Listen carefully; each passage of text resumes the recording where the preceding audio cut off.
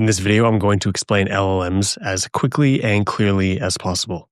LLM stands for Large Language Model. So ChatGPT, Gemini, Claude, and Grok, these are all LLMs. So to make sure you actually understand how they work under the hood, let's begin with tokens. When you type into an LLM, it doesn't read words like we do. It reads tokens. You can think of tokens as chunks of text. A simple word like cat can be one token. A longer word like running might be split into smaller pieces, like run and ing.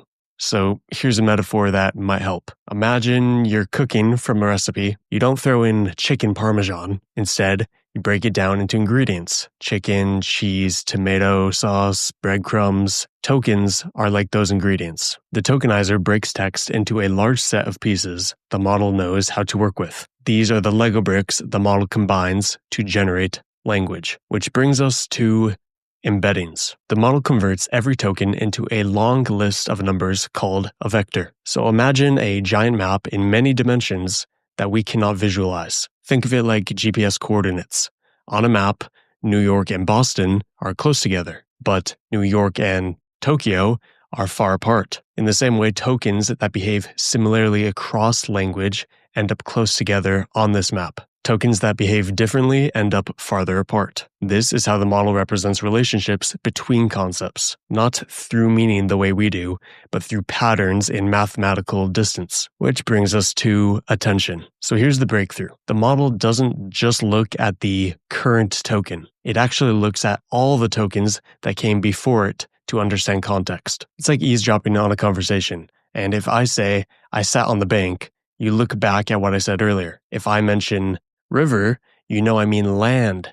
But if I mentioned money, you know I mean a financial building. The model does the same thing. It looks back at earlier tokens to understand which meaning makes sense. I'm pretty sure it came from a paper titled Attention is All You Need, which introduced the transformer architecture powering every modern LLM. Okay, next up, pre-training. We train the model on massive amounts of text, but we don't give it answers. We kind of force it to guess. Think of it like studying for an exam by doing practice tests. We show it a sentence like the capital of France is, and hide the next token. Then the model predicts. Then we adjust its internal weights so that useful predictions become more likely and incorrect ones become less likely. We then repeat this process across a huge amount of text until the model becomes an extremely capable next token predictor. At this stage, it's not a chatbot. It's a highly trained autocomplete engine that has absorbed the structure and patterns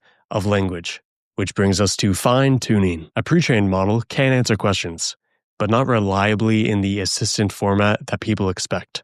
To shape that behavior, we use supervised fine-tuning. We show it many examples of people asking questions and the AI responding helpfully. It's like going to med school after getting your undergrad degree. You already know biology and chemistry. Now you're learning to apply that knowledge as a doctor. This teaches the model the pattern of behaving like an assistant, which brings us to, last but not least, reinforcement learning with human feedback. Finally, to make the model more aligned with human expectations, we use reinforcement learning with human feedback. Humans compare different AI responses and signal which ones are more helpful, accurate, or safe. Think of it like having a coach. The coach watches you perform, then they give you feedback, like that was good or that needs work.